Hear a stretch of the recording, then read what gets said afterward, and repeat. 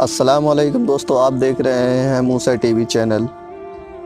اگر آپ نے ہمارے چینل کو سبسکرائب نہیں کیا تو سبسکرائب کر لیجئے گا اور ساتھ میں بیل آئیکن کو بھی دبا دیجئے گا، جس سے کہ ہماری ہر نئی ویڈیو آپ تک پہنچ سکے۔ ایک 9/11 9 نومبر آج سے 20 سال پہلے ہوا تھا۔ ورلڈ ٹریڈ سینٹر کو تباہ و برباد کیا گیا تھا اور اس کی آڑ میں بہت سے اسلامی ملکوں کو برباد ہونا پڑا تھا۔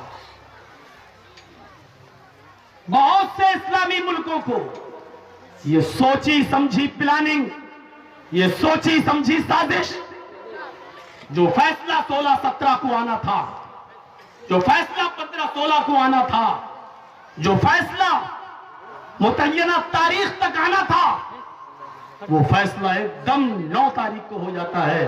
یہ میسیج دینے کی کوشش کی گئی، مسلمانوں، ایک 9/11 20 سال پہلے ہوا تھا جس نے تمہارے اسلامی کئی ملکوں کو تباہ و برباد کیا تھا۔ ایک 9/11 اس سال آ رہا ہے جو ہندوستان کے مسلمانوں کو تباہ و برباد کرے گا، فرقوں میں بانٹے گا۔ کچھ گروہ اس طرح ہوں گے کہ زمین لی جائے یا نہ لی جائے، اور کچھ لوگ ایسے ہوں گے جو گورنمنٹ کی ڈالی ہوئی ہڈی پر کتوں کی طرح ٹوٹ پڑیں گے اور وہ یوگی کے آشرم میں چلے جائیں گے۔ پہنچ گئے، دیکھ لو یوٹیوب پر، دیکھ لو فیس بک پر، زمین مانگنے کے لیے بھی پہنچ گئے اور ہمیں پڑھا رہے ہیں۔ ہم سے کہتے ہیں اللہ کے رسول کا مکی دور دیکھو، مدنی دور دیکھو، آپ نے بھی سمجھوتے کیے۔ معاف کرنا، نبی اکرم نے سمجھوتے کیے، اپنی ذات کے ساتھ سمجھوتے کیے، نبی اکرم نے سمجھوتے کیے، اپنے ساتھ سمجھوتے کیے، لیکن توحید کے ساتھ کبھی کوئی سمجھوتا نہیں کیا۔ مجھے بتاؤ، جب کافروں نے یہ کہا تھا کہ اے محمد بہت ہو گیا، 6 مہینے اب تم ہمارے خدا کی عبادت کرو، ہمارے معبودوں کی عبادت کرو، 6 مہینے ہم تمہارے رب کی، تم بھی خوش رہو ہم بھی خوش رہیں، 6 مہینے آپ ہمارے 360 بتوں کی پوجا کر لو اور 6 مہینے ہم آپ کے رب کی عبادت کر لیتے ہیں۔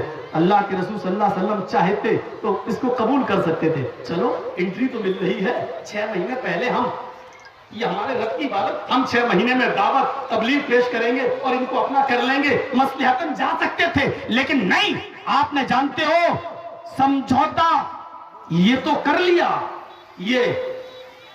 یہ نام کاٹو، محمد الرسول اللہ کو یہ شرط منظور ہے، ہم آپ کو رسول نہیں مانتے، لکھو محمد ابن عبداللہ کو یہ شرط منظور ہے۔ آپ نے علی سے کہا کاٹ دو، رسول اللہ نہیں مانتے تو کاٹ دو، یہ محمد ابن عبداللہ نے بنا۔ حضرت علی نے کہا اللہ تعالیٰ نے آپ کو رسول بنایا، ہم کیسے کاٹ دیں، ہمارے ہاتھ میں یہ جرت نہیں ہے، قلم میں طاقت نہیں ہے۔ تو اللہ کے رسول نے کہا لاؤ مجھے بتاؤ کہ کہاں لکھا ہے رسول اللہ۔ آپ نے اپنے ہاتھ سے لفظ رسول اللہ کاٹ دیا، یہ سمجھوتا کر لیا کافروں سے۔ ٹھیک ہے اس سال تم عمرہ نہیں کرنے دیتے ہو، مت کرنے دو، آئندہ سال ہاں ٹھیک ہے اللہ 3 دن سے زیادہ مکے میں رہنے کی اجازت نہیں ہوگی، ٹھیک ہے مجھے یہ بھی منظور ہے۔ میرے آدمی تلوار لے کر گھومیں گے لیکن تمہارے آدمی تلوار میان میں رکھیں گے، کہا مجھے یہ بھی منظور ہے۔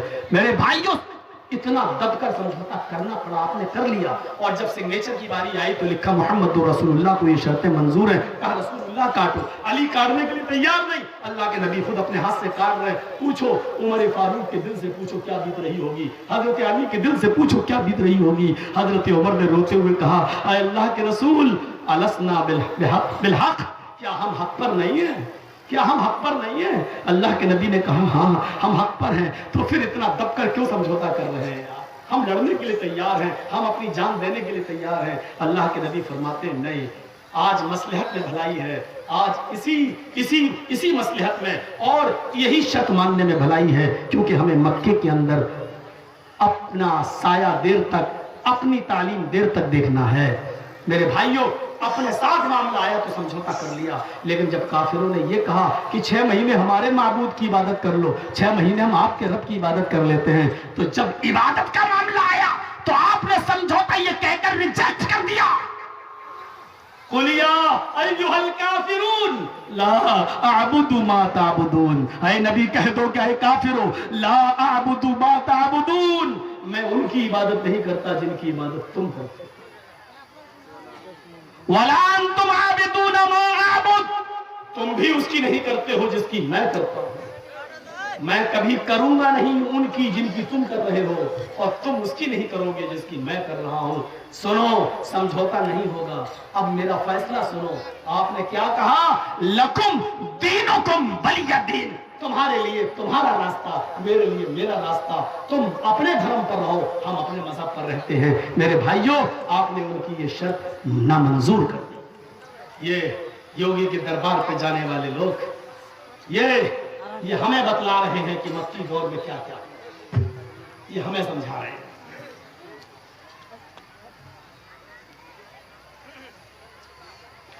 एक बात याद रखिएगा, आप सबकी तारीफ चाहिए मुझे, गौर से सुनना। राम जन्मभूमि बाबरी मस्जिद, कोर्ट का फैसला निहायत गम के साथ और इंतहाई दुख के साथ सुप्रीम कोर्ट का अदब व एहतराम करते हुए हम उस फैसले को कबूल कर रहे हैं। साथ में हमारे जुमले याद रखिएगा, इंतहाई दुख के साथ, इंतहाई गम के साथ। अदब व एहतराम यही है, हम मान रहे हैं, तस्लीम कर रहे हैं। लेकिन मीडिया वालों, लिखो, हुकूमत के ऐवानों तक इस आवाज को पहुंच जाना चाहिए। जब तक चाहे कितना बड़ा मंदिर बना लो, लाखों नहीं, करोड़ों और करोड़ों नहीं, अरबों रुपया लगाकर उसको चाहे कितना खूबसूरत बना लो, लेकिन कयामत की सुबह तक अगर उस मंदिर में रामचंद्र जी की पूजा होगी तो कयामत की सुबह तक यह भी कहा जाता रहेगा कि अल्लाह के घर को इस जगह से शहीद किया गया था, अल्लाह के घर को डिस्ट्रॉय किया गया था, बुलडोजरों से उड़ाया गया था। मेरे प्यारे साथियों, हमें अफसोस है कि उस जगह पर हमें सही हक नहीं मिला, लेकिन ये खुशी है इस बात की, ये खुशी है इस बात की कि तुमने अपने रामचंद्र जी को पूरे भारत में कहीं बैठने की जगह नहीं दी, कहीं सोने की जगह नहीं दी। अगर उनको लेटने, बैठने और सोने की जगह भी मिली तो हम मुसलमानों की मरहूरे मिल्लत है। तुम्हारे रामचंद्र जी जब सोएंगे तो मुसलमानों की विरासत में सोएंगे, अल्लाह के घर में सोएंगे, अल्लाह के घर में आराम करेंगे, अल्लाह के घर में खाएंगे और पिएंगे। उनको ये जमीन का टुकड़ा मिला तो मुसलमानों की मरहूरे मिन्नत है। मुझे नहीं मालूम कि मेरी तकरीर का रुख कहां जा रहा है, मुझे नहीं मालूम कि इस तकरीर के बाद मेरा अंजाम क्या होगा, लेकिन सच्चाई यह है कि जब तक तुम रामचंद्र जी की पूजा करोगे, उस मस्जिद का नाम तुम्हें लेना पड़ेगा, चाहे नफरत से लो या मोहब्बत से लो। उस घर को अल्लाह के घर से कोई जुदा नहीं कर सकता। खाने काबा में 360 बुत थे, तब भी वो अल्लाह का घर था। बुतों से साफ होने के बाद आज भी वो अल्लाह का घर है और कयामत की सुबह तक वो अल्लाह का घर रहेगा। बाबरी मस्जिद कल भी बाबरी मस्जिद थी, आज बर्बाद कर दिया, तब भी बाबरी मस्जिद का दावा बाकी है और कयामत की सुबह तक बाबरी मस्जिद रहेगी और ये हमारा हक रहेगा। तुम उसको मानो या ना मानो, सुप्रीम कोर्ट का फैसला, उसका मैं इज्जत करता हूं, एहतराम करता हूं।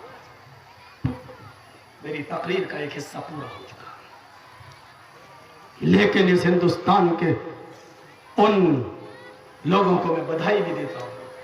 दोनों रुख हैं हमारे पास और यही हमारे हिंदुस्तान की खूबसूरती है। मेरे भाइयों, मैं मुबारकबाद पेश करता हूं और सलाम पेश करता हूं उस वकील को जो पंडित होने के बावजूद भी, डॉक्टर राजीव धवन को, जिसने पंडित होने के बावजूद रातों की नींद को हराम करके, रातों की नींद को त्याग करके बाबरी मस्जिद के मस्जिद होने के सबूत इकट्ठा करके वो लड़ता रहा, आज आखिरी वक्त तक लड़ता रहा यही हमारे हिंदुस्तान की एकता और अखंडता है, यही हिंदुस्तान के अंदर यही प्यार मोहब्बत है, जिसको मोदी और मोदी जैसे अगर सैकड़ों पैदा हो जाएं तो हिंदू और मुस्लिम का ये प्रेम कभी खत्म नहीं कर पाएंगे, कभी मिटा नहीं पाएंगे।